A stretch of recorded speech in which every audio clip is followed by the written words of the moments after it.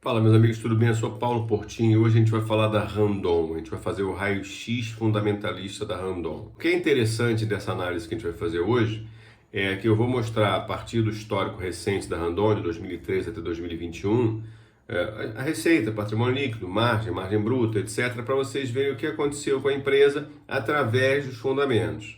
E vou aproveitar, para as pessoas que querem investir ou querem desinvestir eventualmente, vou aproveitar para levantar os questionamentos que você mesmo deve procurar, as respostas que você deve procurar nos releases de resultado da Randon, nas demonstrações financeiras, etc., para tentar entender o que está acontecendo com os números da Randon para que você possa, de fato, ser um investidor consciente. O que significa ter intimidade e relacionamento com os números da empresa. Só relembrando o que é o nosso raio-x fundamentalista, a gente pega um passado recente da companhia, talvez uns 8 anos ou 10 anos, dependendo da companhia, a gente vê receita, a gente vê lucro, a gente vê dividendo, e no finalzinho eu construo para a gente os envelopes, ou os canais fundamentalistas, de índices fundamentalistas, que é preço, valor patrimonial, preço EBITDA e preço lucro. Me acompanhe.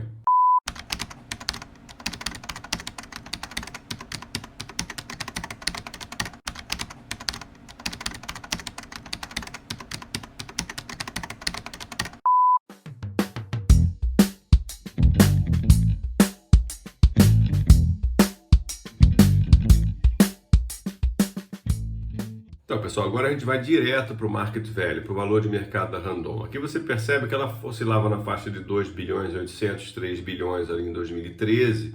E é interessante, praticamente todos os raios-x que nós fizemos até hoje mostram essa queda enorme, até 2016. Isso aí, não há muita dúvida de que é um fator sistêmico, sistemático, O Brasil teve um problema grave aí, foi a época do pré-impeachment, E houve uma queda ali até o comecinho de 2016, que a Randon bateu em torno de 480 milhões de reais. De 2016 até 2020, em que você saiu de 488 para quase 5 bilhões de reais. Isso é uma alta, pessoal, de quase 10 vezes aí no período de 4 anos. Aí a gente vê também provavelmente outro fator sistemático aqui, outro fator geral que afetou o mercado de maneira geral, que é essa queda abrupta que você tem no início de 2020, a empresa vai de quase 4 bilhões e 700 para 1,600, E depois volta de forma muito rápida também, provavelmente com a recuperação.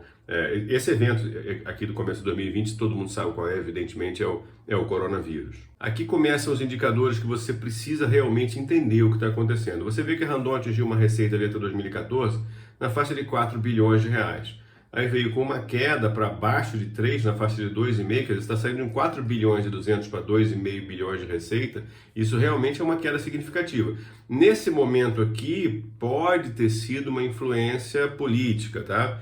Porém, realmente a gente tem que, o ideal seria você verificar o que aconteceu nesse período aqui para saber se foi algum problema da Randon, algum problema do mercado e tudo.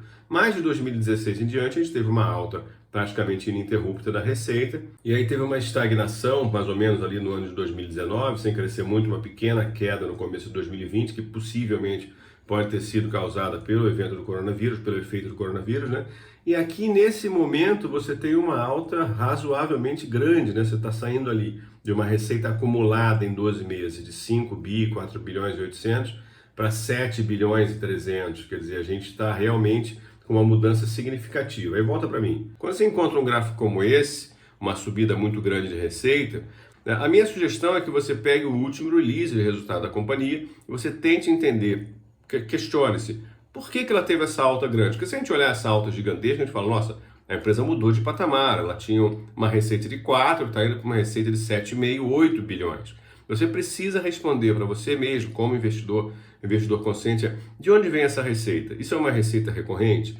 Isso foi talvez um represamento da época do coronavírus? Isso é efeito do dólar alto? A empresa tinha eventualmente estoque com custo baixo, a gente vai ver a margem já para ver se isso se corrobora isso. E ela conseguiu vender esse estoque ainda, as pessoas adiantaram os pedidos já com medo da inflação futura, a inflação de insumos, a inflação de bens de capital, etc. Esse é o tipo de questionamento que você precisa buscar no release de resultado da companhia para saber se você tem ou não tem segurança de que esse resultado que você está vendo na Randon é um resultado sustentável e o que a gente costuma chamar de recorrente, Não é um momento, um lampejo, uma pedida muito grande, como aconteceu, por exemplo, recentemente com Tesla, que a A Hertz, se não me engano, se comprometeu a comprar 100 mil carros de uma vez só. Aí quando a gente passa para o lucro bruto, a gente vê que é praticamente a mesma figura. Os valores, evidentemente, são menores. O lucro bruto vai ali bateu um lucro superior a 1 bilhão aí na faixa de 2014, depois caiu, exatamente como caiu a receita dentro de 2017, depois subiu de forma ininterrupta para 1,5 bi praticamente, não 1,5 bi não, 1,250, né? Teve uma quedinha em 2020, provavelmente, como já falamos, provavelmente por conta do coronavírus, e depois teve uma alta para quase 2 bilhões, quer dizer, estamos falando de quase 100% em um ano e meio. Esse aqui tem exatamente o mesmo perfil pessoal da Receita. Então, se você conseguir responder para a Receita, eventualmente um dólar mais alto, eventualmente um preço mais alto, você provavelmente vai conseguir responder para o lucro bruto. Aí quando você vai para a margem bruta, você vê uma coisa extremamente interessante. Você vê que ele não repete aquele padrão. O que significa isso, gente? Ele está oscilando ali entre 20% e 25% ao longo dos últimos anos e deu uma subidinha acima de 25% ali no segundo trimestre, no primeiro e segundo trimestre de 2021. Gente, essa linha, que não é uma linha que sobe pra caramba, como a gente viu da receita e do lucro bruto, mostrou uma coisa interessante.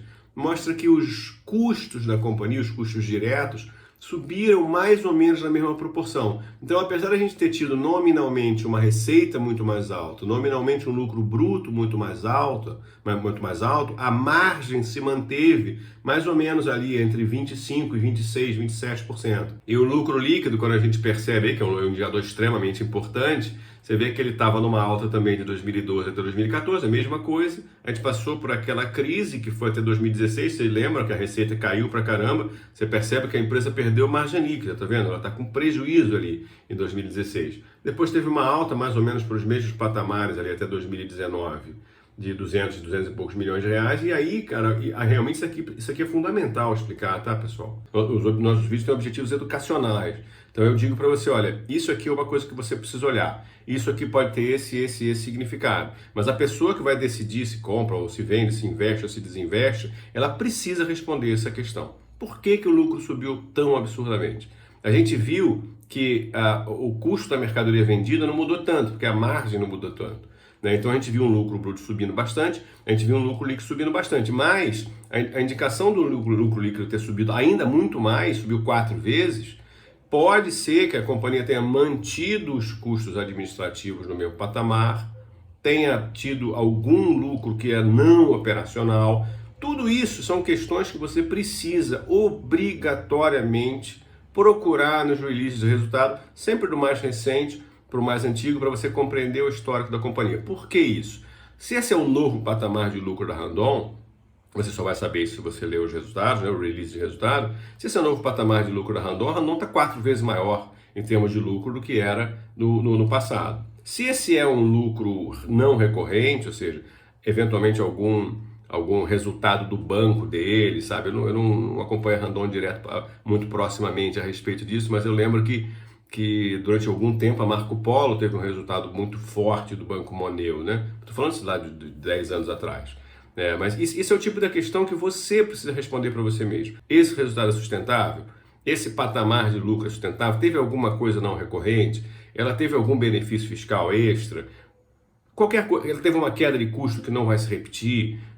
Se você viu um negócio como esse, você não pode simplesmente, essa é a minha sugestão, né? Simplesmente falar, nossa, que maravilha, descobri a pólvora, descobri a empresa mais maravilhosa do mundo, etc. Se você tiver dúvida, manda mensagem para a área de relações com investidores da Randon. E se você conseguir ainda procurar o nome dos analistas profissionais que acompanham a Randon e ter contato com ele, às vezes eles deixam o e-mail e tal, né? Tenta ver quais são as premissas que ele tem, faz a pergunta, poxa, eu vi essa alta de lucro aqui, você tem alguma explicação para isso? Às vezes a pessoa está disponível, às vezes não está, mas é muito importante que você, como investidor consciente, olhe para os números da Randon e saiba, olha, subiu muito por causa disso.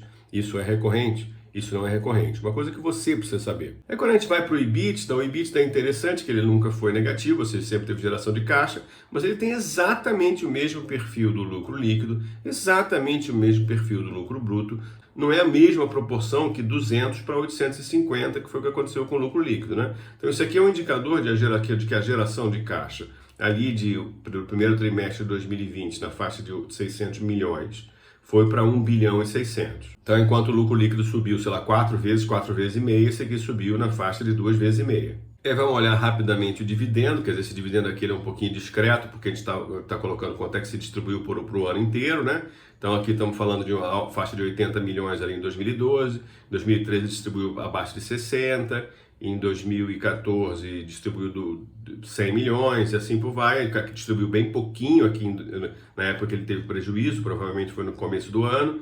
Ele chegou a ter uma distribuição de dividendo de 140, 150 milhões de reais, né? E se você olhar o dividend yield, que aí é a relação do dividendo com o preço de mercado, você percebe que durante aquelas grandes quedas dele, ali até 2016, né, você tem que entender o seguinte, o dividend yield é o dividendo dividido pelo valor de mercado. Então, se o valor de mercado cai muito, o dividend yield sobe muito.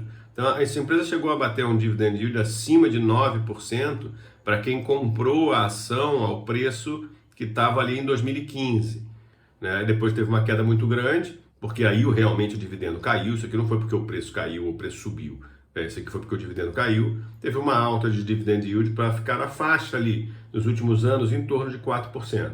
Essa queda muito grande do dividend yield aqui, que a gente está de 6% para abaixo de 3%, isso muito provavelmente é reflexo do valor de mercado que subiu bastante. Então eu vou falar do patrimônio líquido no finalzinho aqui pelo seguinte, você percebe, você é uma empresa industrial e tal, então você não tem uma alta muito expressiva do patrimônio líquido até mais ou menos ali 2019, finalzinho de 2019.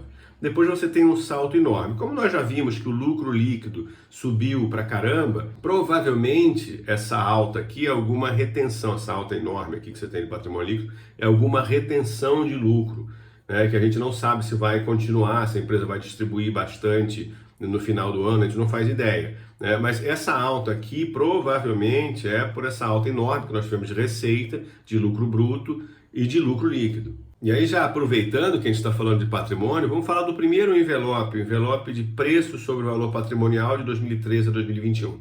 Para a Randon, que é uma empresa industrial, esse é um envelope interessante, né? Você percebe ali que a gente tem um envelope, assim, o preço sobre o valor patrimonial está numa mínima de 1,70 em 2013, aí vem desabando, isso aqui provavelmente é, obviamente, pela queda do preço, né? O patrimônio não mudou, então isso aqui reflete a queda do preço. E aparentemente o mercado sempre achou barato pagar Randon abaixo de preço sobre o valor patrimonial 1, apesar de ter chegado a um valor bem baixinho aqui de 0,38 em 2016. E aí teve uma alta crescente até ali 2019, e aí a gente teve uma queda grande aqui, que provavelmente, isso aqui é a mínima do ano, né? A mínima do ano significa que a gente está trabalhando com aquela queda gigantesca que houve no coronavírus. Vocês devem lembrar que foi de 4 bilhões e 800 para 1 bilhão e 600. O envelope de preço-lucro não nos ajuda muito, porque o lucro teve muitos anos de lucro negativo.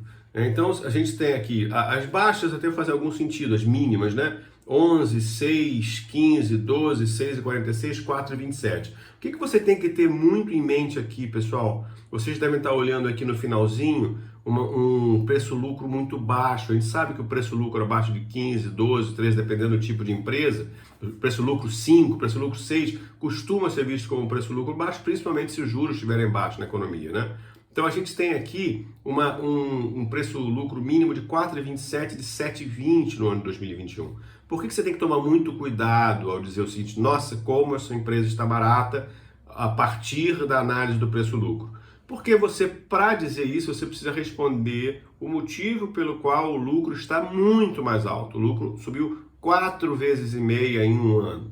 Você precisa entrar nos releases de resultados e ver, não, esse patamar de lucro de 800 milhões de reais, 850 milhões de reais, é aparentemente o novo patamar de lucro da Randon. Se você entende que é isso, você pode dizer, não, realmente, para o preço de mercado hoje, preço de mercado de 4 bilhões e 800, 4 bilhões e um lucro de 800 milhões, você fala, nossa, isso parece barato.